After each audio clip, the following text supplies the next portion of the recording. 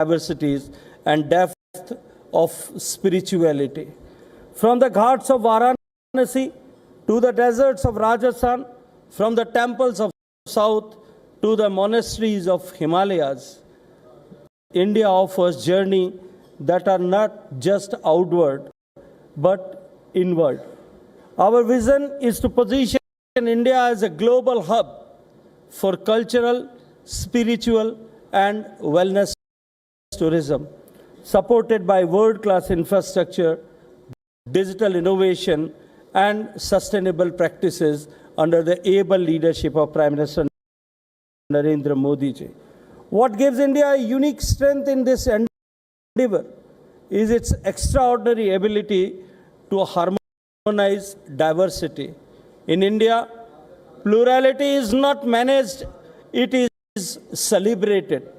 Languages change every few hundred kilometers. Customs evolve across regions. Yet there is an underlying unity, a shared civilizational consciousness. This ability to hold multiplicity with unity is perhaps India's greatest gift to the world in present context.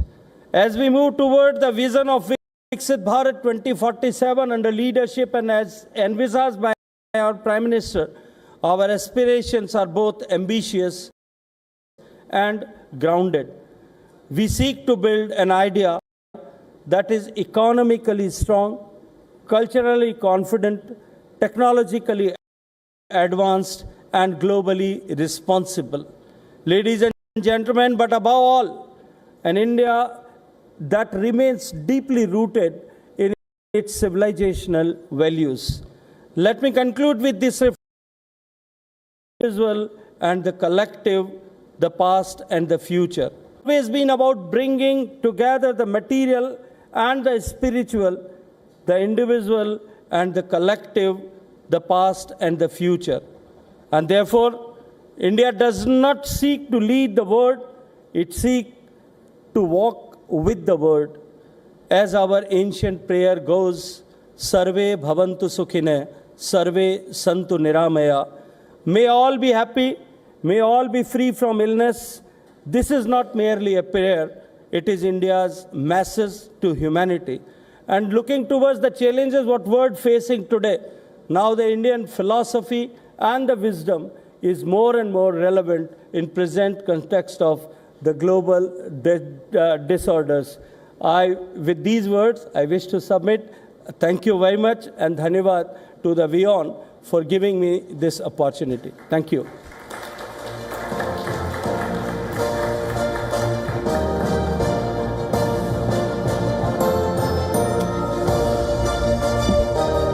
Thank you so much, sir. With that, my colleague Molly Gambhir will take this conversation forward with Minister Shekhawat.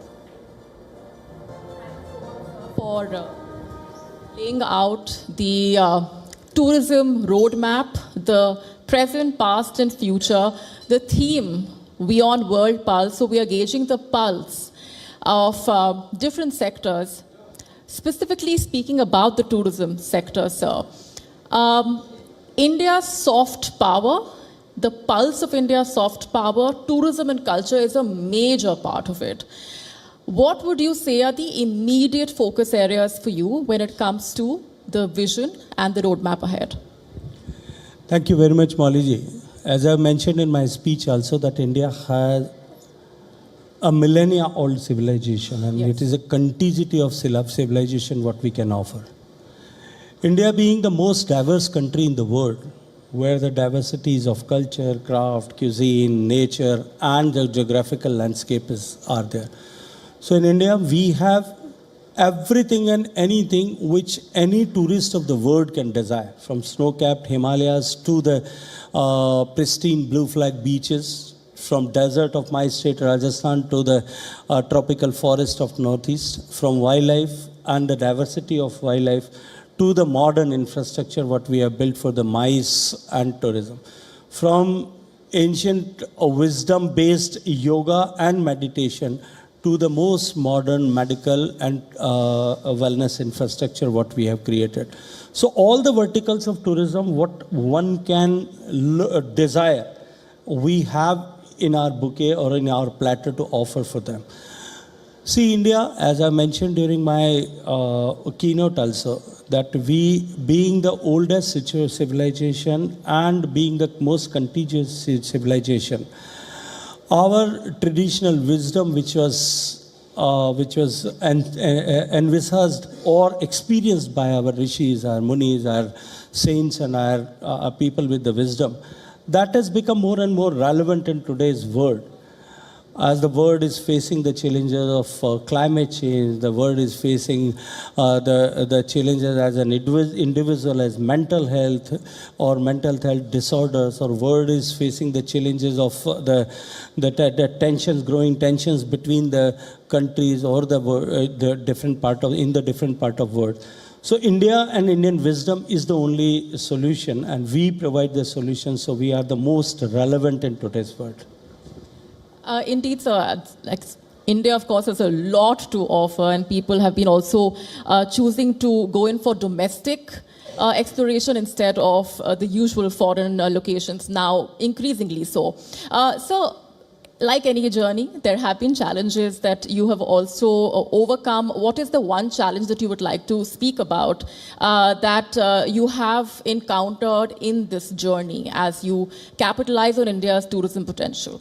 Being a tourism minister, if I say that our biggest challenge is we have many things to offer. When I was a traveler, as a student, I used to travel, or as a businessman, I used to travel.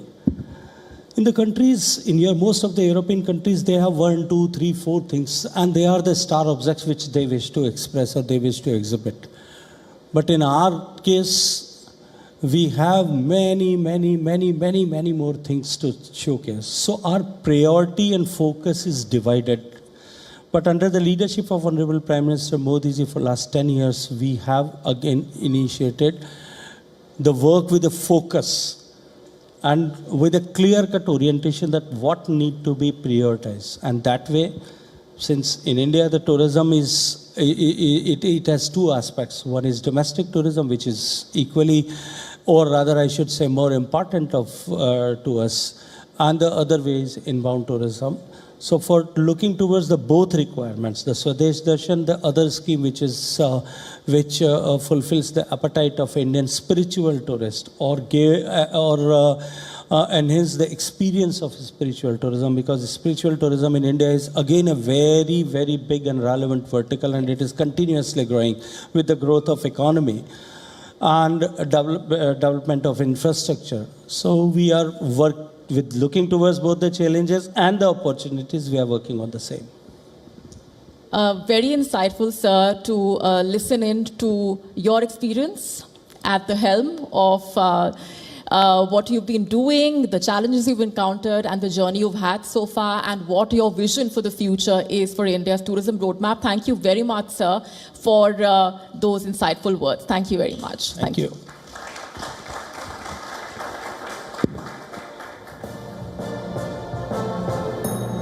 Thank you, sir. With that, I request Mr. Raktim Das, CEO, Zee Media Corporation Limited, to please present sir with a token of gratitude and appreciation. A huge round of applause, ladies and gentlemen, for Minister Shekhawat, who's been candid in his responses. He's been kind enough to answer our questions as far as India's tourism sector is concerned, its growth. A round of applause, ladies and gentlemen.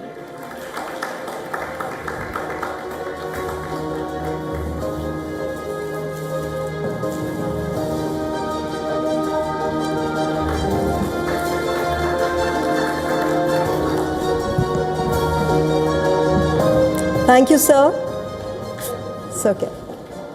Thank you, sir. Thank you, Mr. Das, and thank you, Molly. It was indeed a perspective that we all perhaps wanted to understand about India's tourism sector, ladies and gentlemen. Of course, Minister Shekhawat's presence here only enriches our conversations as far as the vision for India's tourism is concerned, and this is something that we have been looking forward to.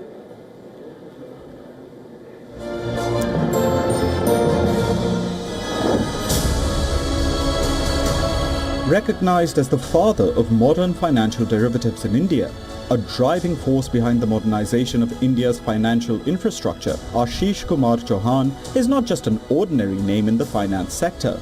The Managing Director and CEO of the National Stock Exchange of India, a position he has held since July 2022. Chauhan has automated and transformed how India trades. He was instrumental in establishing the very core of the NSE's operations in the 1990s. Previously, Chauhan was the Chief Executive Officer and Managing Director of the Bombay Stock Exchange for a decade. The NSE's Nikkei index, screen-based trading and satellite communication were all pioneered by him. His priorities include improving the NSA's surveillance, technology and regulatory compliance. And now, Chauhan is directing the National Stock Exchange towards an IPO. WION welcomes the risk-taker, the finance wizard who is changing the future course of Indian capital markets on the global stage. All right, with that, ladies and gentlemen, please welcome Ashish